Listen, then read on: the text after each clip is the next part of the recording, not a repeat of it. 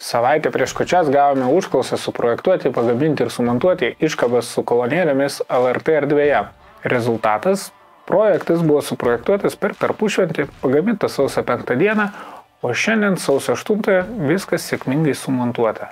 Gavę užklausą, jau sekančią dieną išsprendėme visus techninius klausimus ir suderinome galutinę projekto specifikaciją. Labai patiko bendradarbiauti kartu, dabar, kai tik turime gamybinių projektų, mėgstam kreiptis į Aleksandrą. Mūsų užsakymai įgyvendinami preciziškai ir laiku.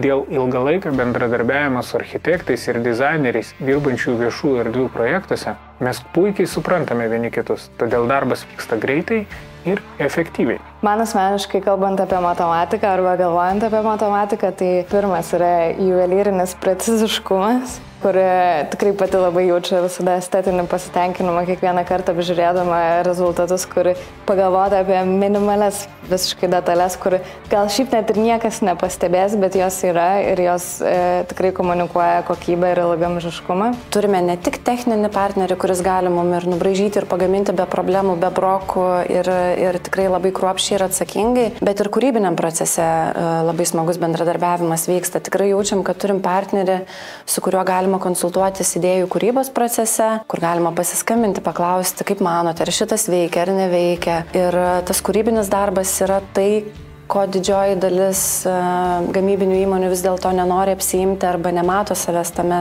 Šiame projekte suprojektavome ir pagaminome garso valdiklius, kad ekspozicijos metu lankytojai galėtų išgirsti autentiškus sausio 13-osios įvykių garso įrašus. Tuo pat metu įsijungs šviesdėžės su užrašu Eteris. Ekspozicija taip pat papildyta 5 šviesdėžėmis, pagamindomis iš 5 mm storio organinio stiklo. Visi kampai frezuoti 45 laipsnių kampu ir suklijuoti naudojant ypač skaidrius ir patvarius klijus. Montuojant šviesdėžės vietose, kur nebuvo elektros įvado, teko kūrybiškai pasukti galvą. 50 metrų laidų būtų sunkiai pastebimi, o labiausiai matomose vietose atrodytų organiškai ir natūraliai. Montavimo darbai buvo sėkmingai atlikti per vieną darbo dieną, todėl kviečiu ir jūs apsilankyti LRT būstinėje sausio 13-osios įvykių atminimui skirtame muziejuje. Reikia iškabos, kuri padėtų tavo verslui klestėti, pabendraukime.